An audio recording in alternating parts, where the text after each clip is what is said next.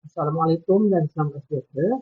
Baiklah, kita sambung pengajaran pembelajaran hari ini di bawah tema yang sama lagi, iaitu amalan gaya hidup sihat, tetapi di bawah topik seni bahasa. Tadi kita pelajari menulis, mencari maksud, rangkai kata, perkataan, istilah dalam petikan yang kamu baca tadi. Okay, kita nak sambung kepada seni bahasa yang bertajuk langkah kejayaan. Okey, dalam seni bahasa ni kita nak cuba mempelajari menulis sinopsis. Okey, dalam seni bahasa ni ada banyak komponen dia. Salah satunya kita kena belajar menulis sinopsis. Okey, apa dia sinopsis ni?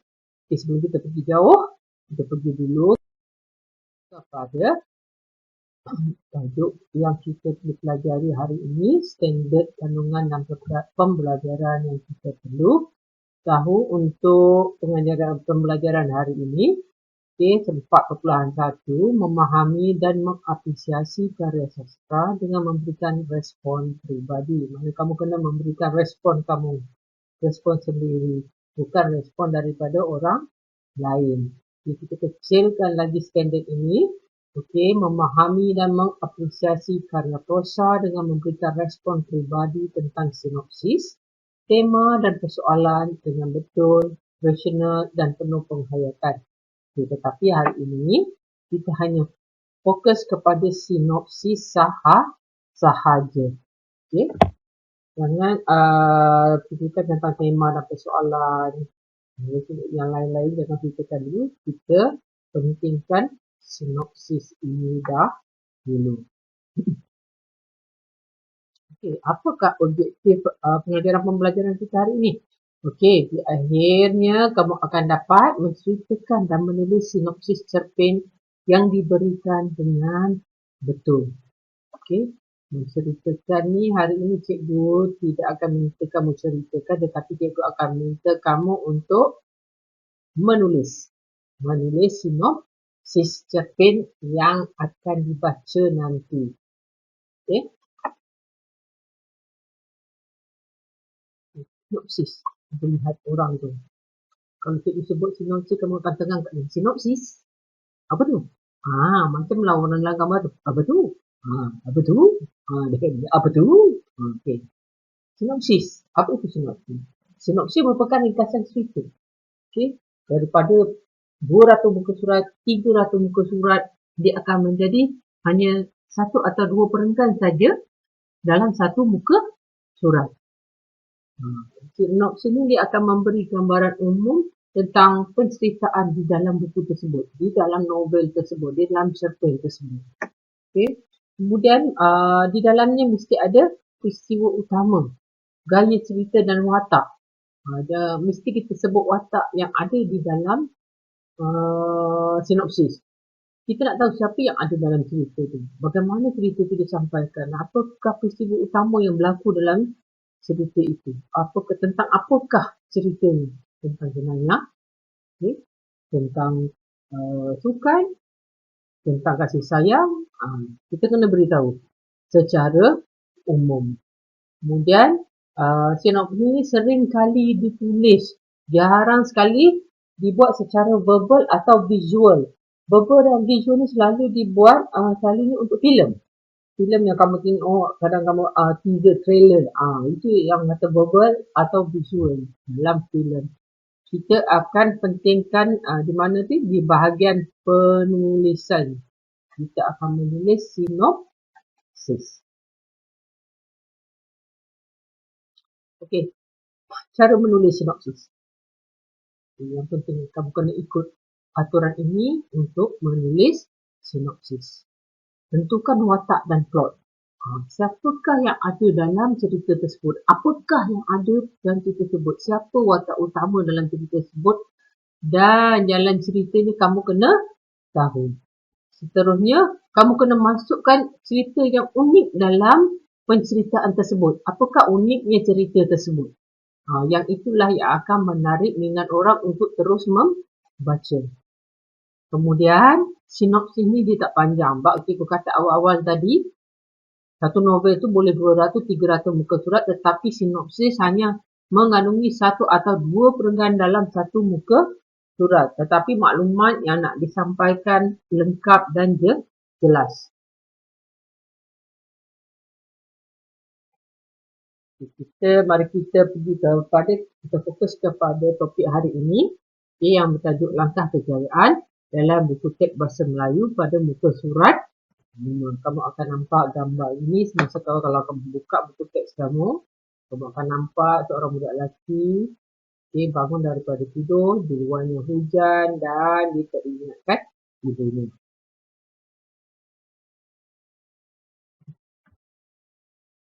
Aktiviti yang kita perlu lakukan dalam pengajaran pembelajaran hari ini. Yang pertama, fahamkan dan buat sinopsis daripada petikan cerpen yang diberikan. Kamu kena faham. Kiranya kamu tak faham, bagaimana nak menulis sinopsis ni? Pemahaman sangat penting dalam penulisan sinopsis. Okey, aktiviti yang kedua kita tak buat. Okey, cikgu tak akan bincangkan aktiviti penjagaan kebersihan diri sebab yang utama hari ini tentang penulisan sinopsis. Kita teruskan. Okey, aktiviti yang pertama tadi, penulisan sinopsis. Kamu mestilah baca petikan yang diberikan pada muka surat 5 tadi. Kurang-kurangnya berapa kali kamu kena baca? 3 kali. Kali pertama kamu baca sekali, imbas. Kali kedua kamu fahamkan. Kali ketiga kamu senaraikan maklumat-maklumat penting. Senaraikan maklumat-maklumat penting. Untuk apa? Ini sebagai kata kunci untuk kamu menulis sinopsis nanti. Berdasarkan maklumat yang dah dikumpulkan tadi, kamu boleh menulis sebuah sinopsis. Yang ini yang penting, menulis sebuah sinopsis berdasarkan maklumat yang kamu capai di sini tadi. Jadi kata tadi, pentingnya kamu kena baca dan fahamkan. Sekiranya tidak faham, kamu tidak boleh dapat maklumat-maklumat penting di dalam cerita tersebut. Kita lihat pada perenggan yang pertama. Jarum jam di dinding menunjukkan pukul 6.15 pagi.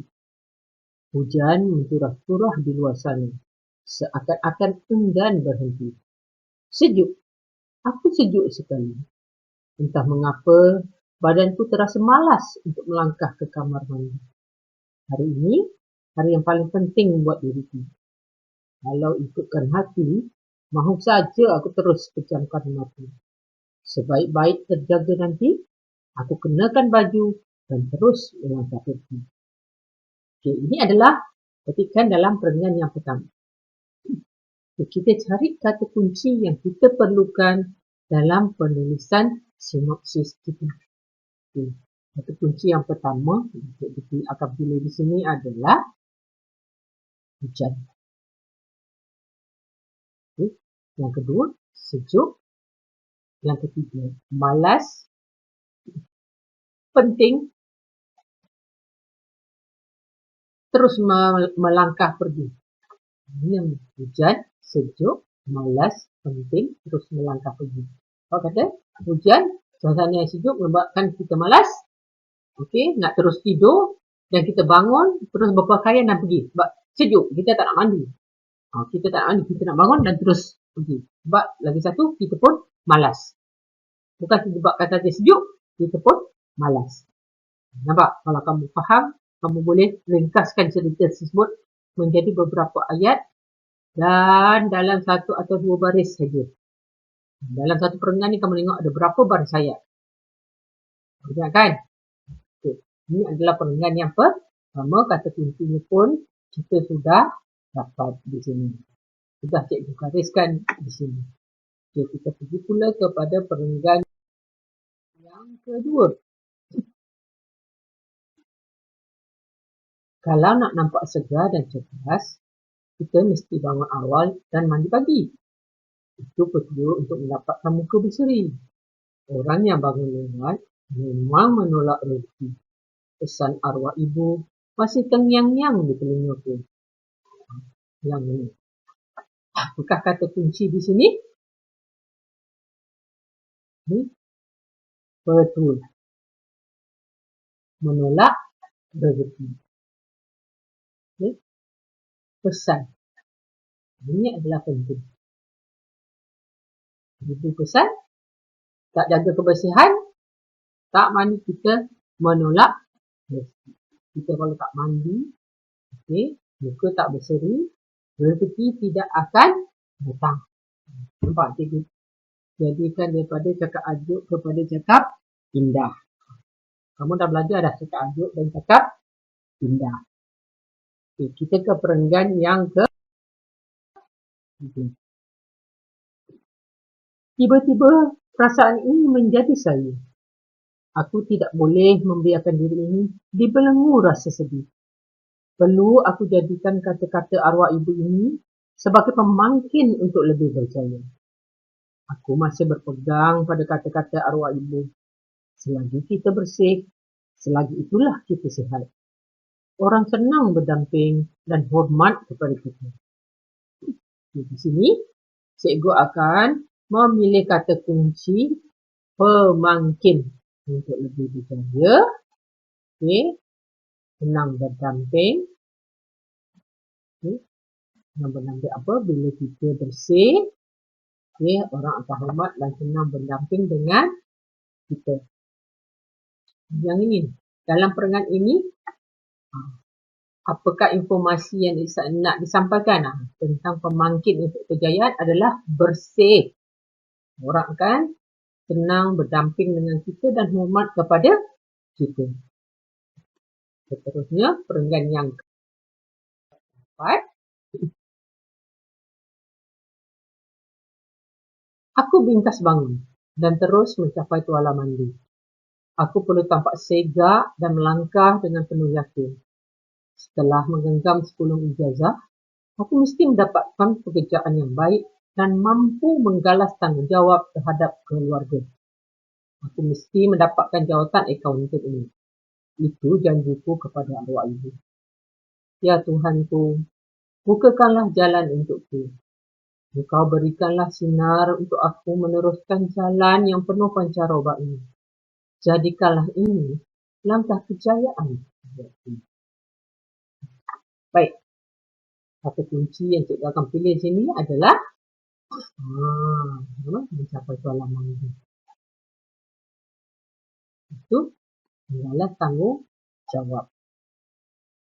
Apa? Kemudian Tuhan berdoa.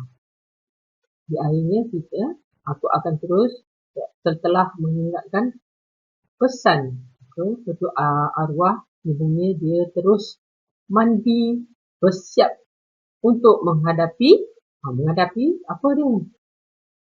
Menghadapi temu luga untuk mendapatkan jawatan sebagai akaunten.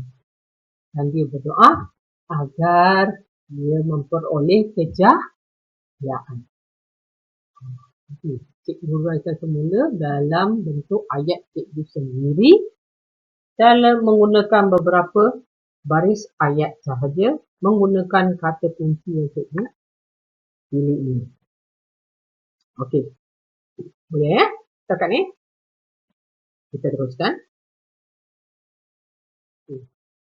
Terus kita senaraikan kata kunci yang kita pilih tadi. Okey, kata kunci.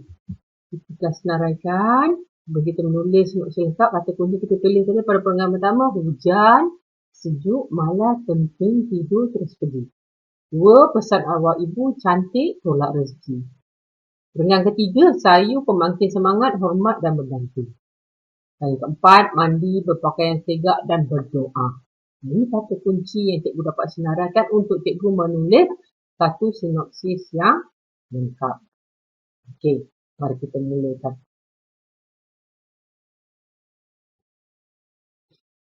Yang ini adalah penulisan sinopsis untuk perenggan yang pertama. Aku berasa malas untuk bangun walaupun hari ini penting baginya. Aura sejuk hujan membuatkan aku mau terus berpakaian setelah bangun dan pergi. Nampak tu, cikgu jadikan dia menjadi 2 baris ayat tadi. Daripada satu perenggan. Satu perenggan tadi ada berapa baris ayat tadi? Lebih kurang 6-7 baris ayat. Dan cikgu hanya jadikan 2 baris ayat saja di sini. Yang cikgu gunakan semula kata kunci di sini semula yang cikgu gariskan tadi. Okey, kamu nampak di situ dengan jelas. Aku malas, hujan, pergi dan penting. Dan sebolehnya cikgu bina menggunakan ayat cikgu sendiri sebab cikgu faham. So cikgu, tapi maksudnya masih tidak lari. Okey, aku berasa malas untuk bangun walaupun hari ini penting bagimu. Aura sejuk hujan.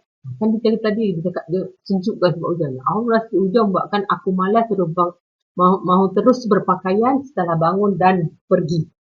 Dia tak, sebab sejuk dan dia malas, dia nak bangun tidur terus pakai baju dan pergi. Okey. Baik.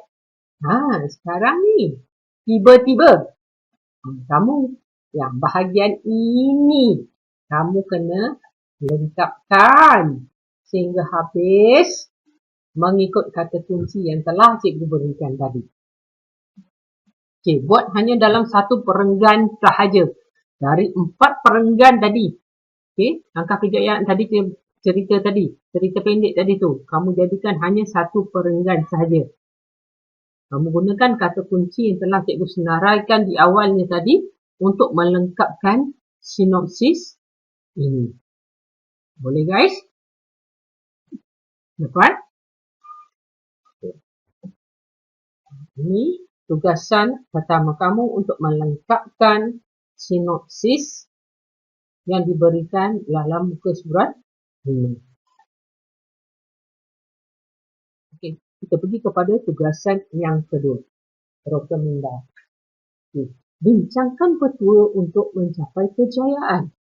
Okey, di sini dinyatakan bincangkan. Okay, bila kita bincangkan bermaksud kita kena jelaskan dengan panjang lebar. Okey, di sini cikgu hanya minta kamu bincangkan hanya satu petua saja. Okey, di awal tadi cikgu dah terangkan bagaimana untuk menjawab soalan sebegini.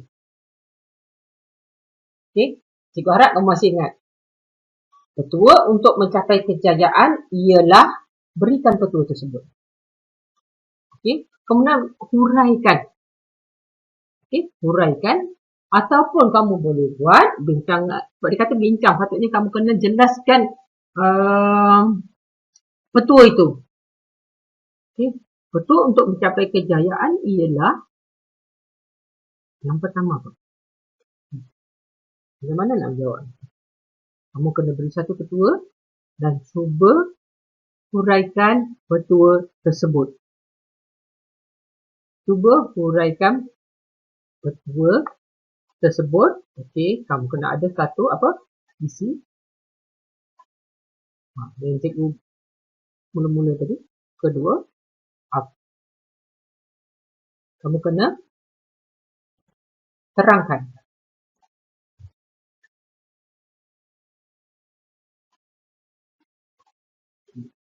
Kamu kena terang.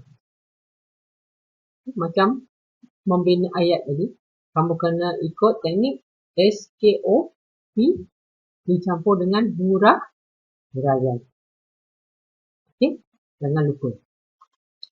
Yang ni senang saja, tak perlu panjang lebar. Cikgu nak kamu beri satu petua dan berikan huraian.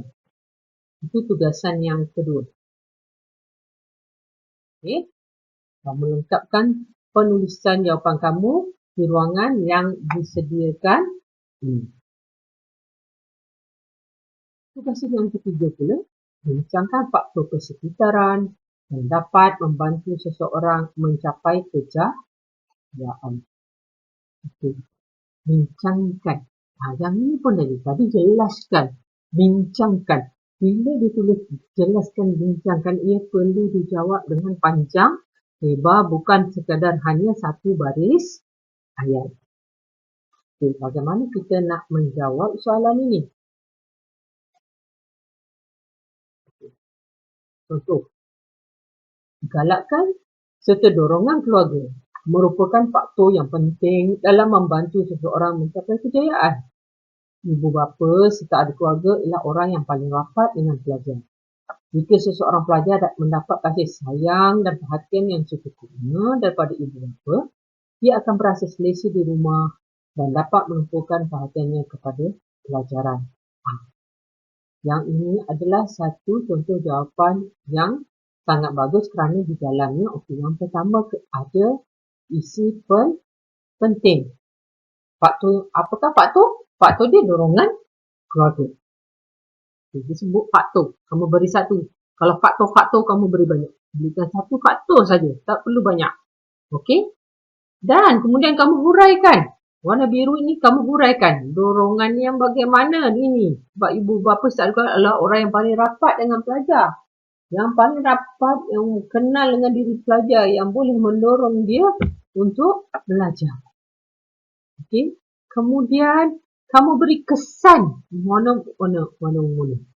Ini kesan daripada dorongan ini. Kamu akan berasa selesa di rumah dan dapat menumpukan perhatian kepada pelajaran. Ini barulah satu huraian yang lengkap bagi soalan yang diberikan. Ada isi penting, ada huraian, ada kesan. Pastikan dalam jawapan kamu tu kamu berikan apa?